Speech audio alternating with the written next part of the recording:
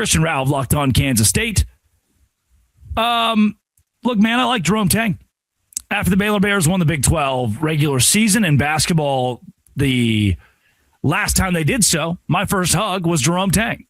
Nice guy. Went to K-State, won immediately, and now you either die a hero or live long enough to see yourself become a villain. The wheels have completely fallen off on Jerome Tang. I'll put it plainly. Is it time to fire the guy?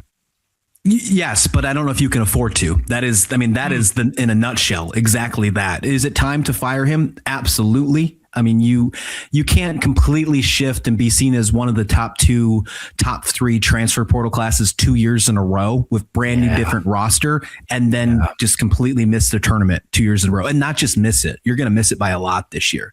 I mean, your only win in Big 12 play is against Utah, who, as much as Utah's building and getting themselves, they were seen as the team that was most likely going to be at the bottom of the Big 12 this year. It was just expected because they were building the roster.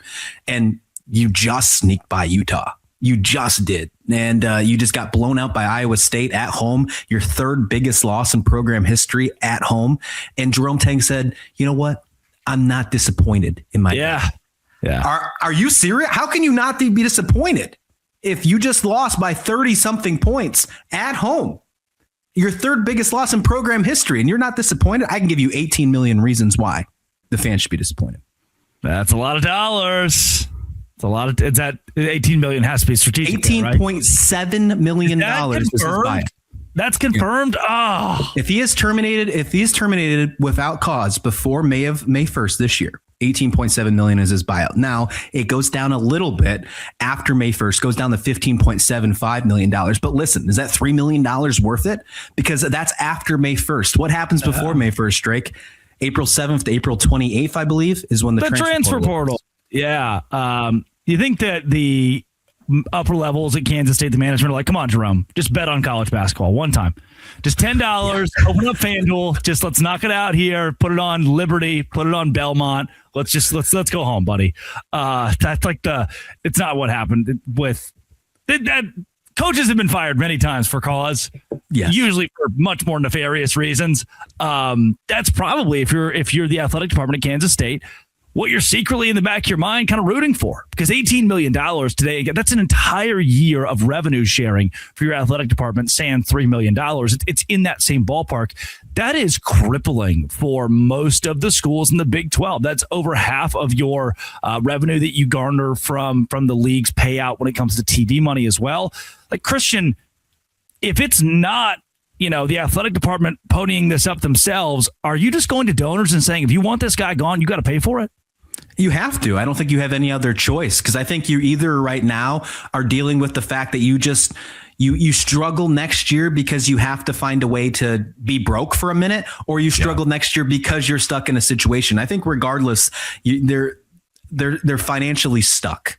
I think regardless, you're in a bad situation as the basketball program, whether it's Jerome Tang as your head coach in 2026 and 2027, or it's somebody new. The only good side about it is that if it's somebody new, at least you can focus and change your direction elsewhere. One other thing that Jerome Tang hasn't done, with the exception of David Castillo, who kind of turned out this year as a decent basketball player, who might transfer out this past year, who knows, has not focused at all on the high school recruiting side. So once again, whether Jerome Tang is back or not next year, they're going to have to triple dip into the transfer portal for the third straight year after the Coleman Hawkins experiments failed. Although PJ Haggerty is the fourth leading scorer in college basketball, they still only have one win in the Big 12. So you can call that a failure for sure. 2 years of this being a top transfer portal team has not done anything, but they have to do it again because they didn't do any focus towards high school recruiting. Is there any way, man, that we're talking about in 4 weeks, a great turnaround, one of the great turnarounds of college basketball, where K-State goes on a run in the Big 12 tournament, or they have a really good end of the regular season and find their way in, sneak their way into March? Do I think the talent is there? Do I think the fit is there? I certainly do, but something's missing here. And I don't know exactly what it is, because earlier this season, this team had its ups and downs. Sure, we thought this team would struggle defensively. That was something that we walked into this season, myself, walked in, thought that they were going to struggle defensively, and they did. But there was moments in non-conference play where they were amazing in the first half of the Cal game. They almost lost that game, but they beat Cal. They were a 2-point game away, a 1-point loss away from handing Nebraska their first loss in a year and a half. Nebraska, who's sitting on the number 1 line right now in bracketology, Kansas State lost to them by 1 point this year. There has been moments this year where Kansas State has shown that they can be a team that can run with the Big 12 elites. And that's saying something. This is the best college basketball conference in the country. But then there's these other moments where you just sneak by Utah, where you lose to Iowa State by 30, where you just don't show up. At halftime, you're walking to the locker room. It's just, you can tell the quit is there. I think the buy-in's gone. And I think that's an impact on culture. So do I think there's a chance? Slightly, but I'm not going to hold my breath on it. And I know the administration has been pretty clear the money's too much. Like, everybody sit down, be quiet. Yeah, just support Jerome Tang and sorry, our bad. So oops, we loved that first year and got a little bit too happy with Jerome Tang. If you did move on, if you did pony up the $18 million, where do you go? What do you do? I mean, is there somebody in the ether? Right? Is there an immediate plan of, okay, let's go grab the guy who's at Miami of Ohio? Or is there a Colin Klein floating around? You think this is a dude with K-State ties that we need back in the program? Yeah, everybody wants Brad Underwood. I don't think that's going to happen. I think everybody wants to make him say no.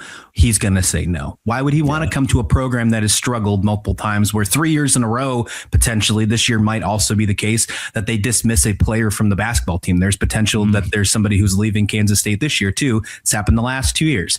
If I had to say one player right now, or one coach that sticks out in my mind, it's the head coach of St. Louis. What they've done in the Atlantic 10 right now, they're ranked in the top 25. Josh Schertz has been amazing for the head coach of St. Louis. That's who I would point to, saying you make him one of your first interviews, make him show that he can do that. And of course, what he's done in the recruiting trail, obviously he's stepped up the Atlantic 10, who's one of the top mid-major conferences, I would say. What they've done has been certainly impressive. And Missouri, that pipeline is not far away from Kansas. So at a national stage, you can recruit. And then of course you can recruit locally as well. That's my first pick if I had to pick one. Yeah. There you go. Christian, if Jerome Tang is working the sidelines at Kansas State next year, how will fans respond? I'm assuming attendance would be low. Right. I guess maybe early we get a message. I have a feeling that if Jerome Tang is the head coach next year, don't expect a big superstar signing. We've got that in 2 years in a row, where he's always had to have a star, whether it's Naquan Tomlin, whether it's Coleman Hawkins, whether it's PJ Haggerty. He's always had to have that. In the last 2 years, really last 3, because the Tomlin thing didn't happen with the dismissal. The last 3, it didn't work out. This next year, I have a feeling that NIL budget, regardless of if they have to keep him or not, is going to be a lot lower. And it's just going to say, look, you have to just figure it out and find out how to work this. And if it doesn't work, we'll just sit at the bottom of the Big 12 like we're doing right now. It's unfortunate, but I think that's what's heading in the direction for the men's basketball team. Tank and save for a year, man. Tank and save. That's some schools should just tank for 2 years and then have money in the pool to be great. That you can do that. Crazy legal. The different optimism levels we're at right now with football and basketball. It's insane. That's nuts. Christian Rao, where can folks find more of your work on Kansas State? Locked on Kansas State, bringing you Wildcat coverage like nobody else, as you can see right here. Everywhere you listen to your podcast, YouTube, and of course you can find it on Twitter X at Locked On K-State. This has been and always will be Locked On. Thank you all for making it your first listen every single day. A crossover with Kansas State and Dose Grande.